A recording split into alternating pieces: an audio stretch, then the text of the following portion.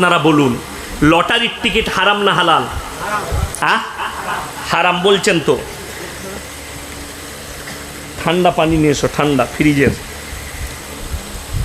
আমার ভাই খুব ভালো করে বুঝবেন, লটারির টিকিট হারাম।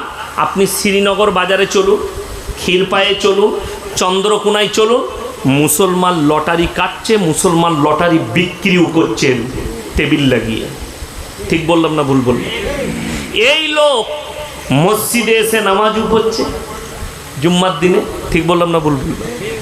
হারাম জানার পরে যে লোক হারাম কাজ করছে, যে লোক হারাম ব্যবসা করছে, তার খাবার কি করে হালাল হতে পারে?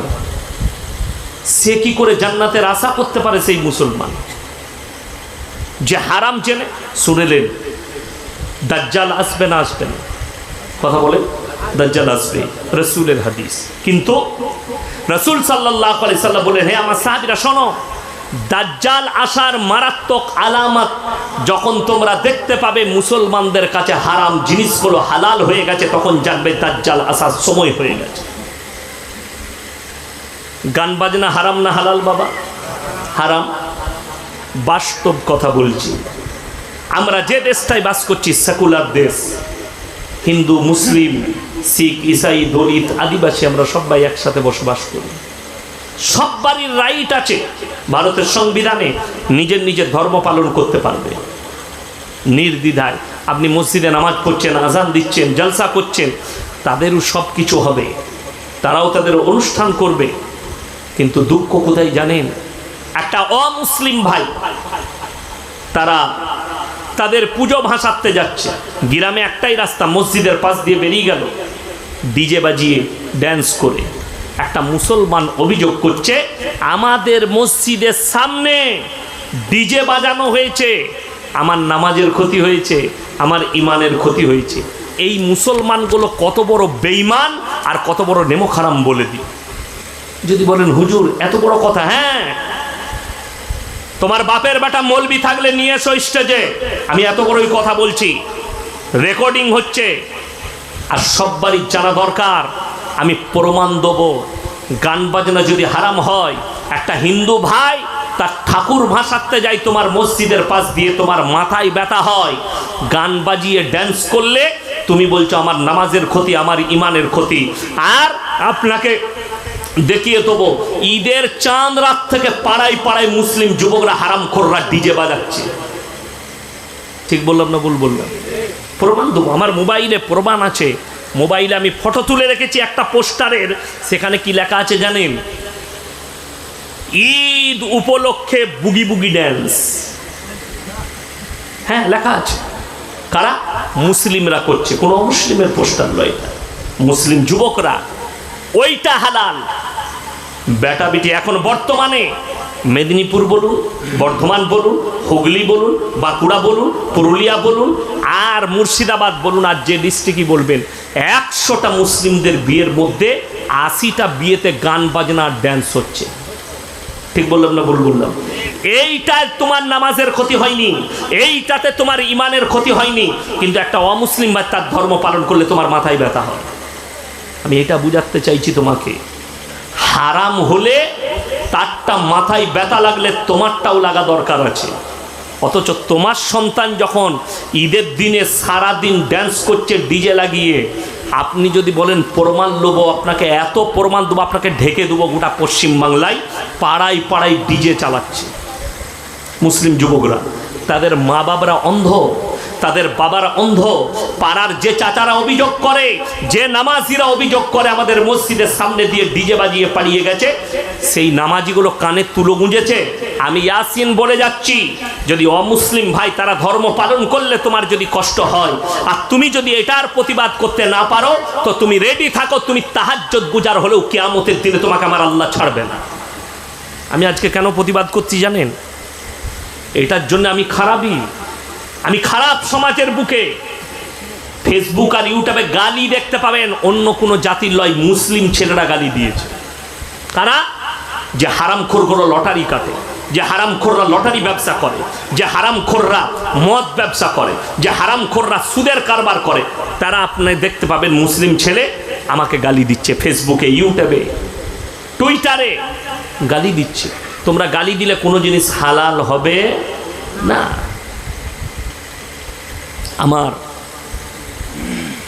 আমার ভাইয়েরা, এই আমার খুব কাছের মানুষ আব্দুল্লাহ ভাই, এনারা ছোটবেলায় দেখেছে, আমাদের যারা বাপ চাচার বয়সী আছেন তারা জানেন, এমন একটা সময় ছিল আমাদের বাপ চাচারা, আমার যুবকরা ভালো করে শুনবেন, মিথ্যা কথা বলতে ভয় খেত, পাপ হবে বলে, গুনাহ হবে বলে। এখন সমাজের লোক তো সত্য কথা বলতে ভয় খাচ্ছে, কেউ এসে আমার কলারটা টিপে ধরবে বলে। সমাজে সত্য কথা বলতে পারছে না। বিসমিল্লাহ, আলহামদুলিল্লাহ। কেন? আমি সত্য কথা বলে দিলে আমি খারাপ হয়ে যাব, চোখের সামনে পাপ হয়, মানুষ বাধা দিতে পারে না। আর আপনি আপনার বাপ চাচাকে জিজ্ঞেস করুন, তারা যখন ছোট ছিল, রাস্তায় যদি চায়ের দোকানে চাচা বসে থাকতো, সেই রাস্তা দিয়ে পেরিয়ে যাবার ক্ষমতা ছিল না, অন্যদিকে ঘুরে যেত ভয়ে। সম্মান, রিসপেক্ট। আর এখন তো চাচাকে বলছে, চাচা একবার আগুনটা দাও তো, সিগারেটটা ধরিন।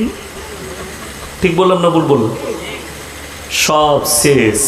আপনারা কি মনে করছেন মাদ্রাসা বাড়ছে, স্কুল কলেজ বাড়ছে, শিক্ষার হার বাড়ছে? আমি বলে যাচ্ছি, আল্লাহর কসম, আদর্শ শেষ হয়ে গেছে। আদর্শ নেই, আদর্শ শেষ। যদি বলতে, দেখুন আপনাকে বুঝিয়ে দিই, আমরা ইতিহাসের পাতায় পড়েছি। ইতিহাসের পাতায় কি পড়েছি? আদিম যুগের ঘটনা। পড়েছেন না? পড়েন। বৈজ্ঞানিকরা বলছে, ইতিহাসবিদরা বলছে, মানুষ কাপড় পরতে জানতো না, গাছের ছাল পরত। মানুষ আস্তে আস্তে সভ্যতা লাভ করেছে, মানুষ গাছের পাতা দিয়ে শরীর ঢাকত, মানুষ তারপরে বস্তা সেলাই করে পরত, খেজুর পাতা লাগিয়ে ড্রেস করে পরত। সেটাকে বলা হয় কি? আদিম যুগ। আর এখন আমরা কাপড় পরতে শিখেছি না শিখিনি? কাপড় পরছি, বলছি এটা সভ্যতা। বর্তমানে যেটাকে সভ্যতা বলা হচ্ছে মডেলিং। যে যতটা ন্যাংটো হতে পারবে সে ততটা মডেলিং। ঠিক বললাম না ভুল বললাম? এটা তো আদিম যুগের কথা। আদিম যুগের মানুষ কাপড় পরতো না, ছিঁড়া কাপড় পরতো। আর এখন কেউ যদি একটা ছিঁড়া প্যান্ট পরে আর পাছাগুলো যদি বেরিয়ে থাকে তো বলবে দারুণ ডিজাইন বে। হ্যাঁ, আপনি দেখুন, মোবাইলে দেখতে পাবেন, বোম্বে, দিল্লি, কলকাতার এয়ারপোর্টে গেলে দেখতে পাবেন, কোন ছিঁড়া প্যান্ট পরে আছে, হুঁটোটা বেরিয়ে আছে। কি বুঝলেন? আমি দেখলাম বোম্বেতে একটা আর্টিস্ট এমন প্যান্ট পরেছে মনে হচ্ছে ও ভিক্ষা করতে এইছে। আমি বললাম, এটা যদি সভ্যতা হয়, এটা যদি বড় লোকের মডেলিং হয়, তাহলে গরিব হওয়াটা সব থেকে ভালো। কেন বলুন? গরিব হওয়াটা সব থেকে ভালো।